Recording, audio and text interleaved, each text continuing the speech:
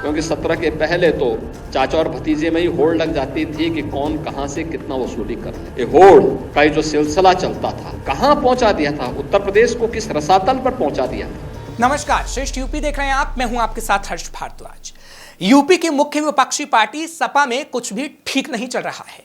उपचुनाव से पहले समाजवादी पार्टी में गुटबाजी खुलकर सामने आती दिख रही है और लखनऊ में अखिलेश यादव के सामने ही सपा के नेता आपस में भिड़ते दिख रहे हैं। क्या है पूरा मामला और क्यों उपचुनाव से पहले ही सपा लगातार मुश्किलों में घिरती रही है, समझिए जरा। अयोध्या कांड के बाद कन्नौज में बदनाम हुई सपा मुश्किलों में घिरती हुई दिखाई दे रही है। ऐसे में जब लखनऊ में लोकसभा चुनाव के नतीजों और उपचुनाव की तैयारी को लेकर पार्टी अध्यक्ष अखिलेश यादव की अध्यक्षता में बैठक हुई तो लखनऊ में अखिलेश यादव के सामने ही हंगामा मचता हुआ दिखाई दिया और सपा के नेता एक दूसरे की ही पोल खोलते हुए नजर आए। दरअसल सपा मुखिया अखिलेश यादव ने पश्चिम यूपी से संबंधित मेरठ के सपा नेताओं को लोकसभा चुनाव की हार पर मंथन करने के लिए लखनऊ बुलाया था। इस दौरान मीरापुर विधानसभा सीट पर होने वाले उपचुनाव की तैयारियों को लेकर भी मंथन होना था। इस बैठक में शामिल तमाम नेताओं की मौजूदगी में हंगामा होने की खबर है कि बैठक में मेरठ लोकसभा सीट से सपा प्रत्याशी सुनीता वर्मा के पति पूर्व विधायक योगेश वर्मा ने बैठक में कहा कि संगठन ने उन्हें मजबूती से चुनाव नहीं लड़ाया। अतुल प्रधान का नाम लिए बिना उन्होंने निशाना साधा और कहा कि मेरठ में भीतरघात हुई है जिसकी वजह से हमारी हार हुई।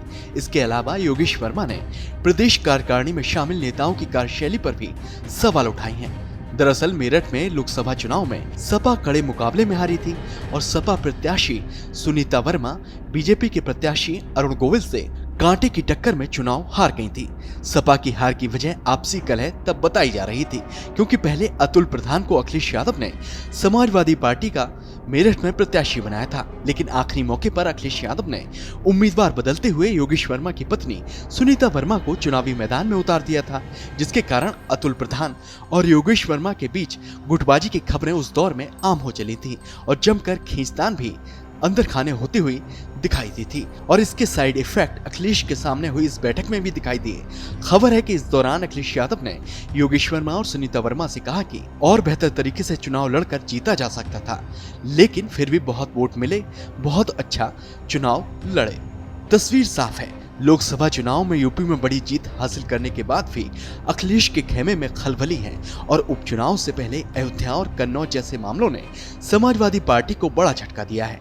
ऐसे में लखनऊ की बैठक में अखिलेश के सामने गुटबाजी होना सपा की बेचैनी बढ़ा रहा है, तो दूसरी तरफ बीजेपी जमकर सपा पर निशाने साध रही है और अपनी सरकार के कामकाज का जिक्र कर सीएम योगी सीधे तौर पर अखिलेश यादव पर हमलावर हैं। क्योंकि 17 के पहले तो चाचा और भतीजे में ही होड़ लग जाती थी कि कौन कहां से कितना वसूली कर ले। ये होड़ का जो सिलसिला चलता था कहां पहुंचा दिया था, उत्तर प्रदेश को किस रसातल पर पहुंचा दिया था। कोई भर्ती ऐसी नहीं थी जिसकी जांच न हो रही, कोई भर्ती ऐसी नहीं थी जिस भर्ती में न्यायालय को हस्तक्षेप न करना पड़ा हो, कोई भी ऐसी प्रक्रिया नहीं इन्होंने अपनाई थी जिसमें कहीं पारदर्शिता और निष्पक्षता दिखाई देती हो।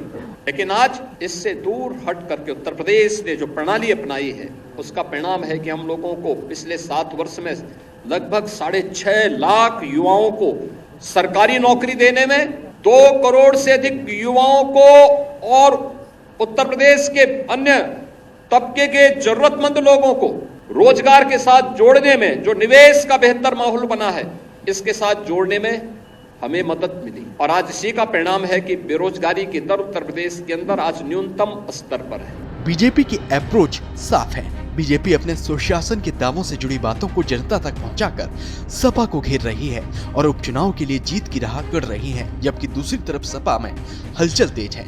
ऐसे में लखनऊ में हुई बैठक में अखिलेश यादव ने सभी पक्षों की बातें सुनी है, साथ ही इस पूरे मामले से संबंधित गोपनीय रिपोर्ट भी मांगी है और एकजुट होकर उपचुनाव की तैयारियों पर फोकस कर मजबूती के साथ चुनाव लड़ने के निर्देश नेताओं और कार्यकर्ताओं को सख्ती से दे दिए हैं। ब्यूरो रिपोर्ट, श्रेष्ठ यूपी। फिलहाल ऐसी और खबरों के लिए आप देखते रहिए श्रेष्ठ यूपी। यूपी की हर खबर देखने और उनसे अपडेट रहने के लिए हमारे चैनल श्रेष्ठ यूपी को सब्सक्राइब और लाइक करें। साथ ही बेल आइकन को दबाना ना भूलें, जिससे हमारे हर वीडियो की जानकारी आप तक पहुंचती रहे।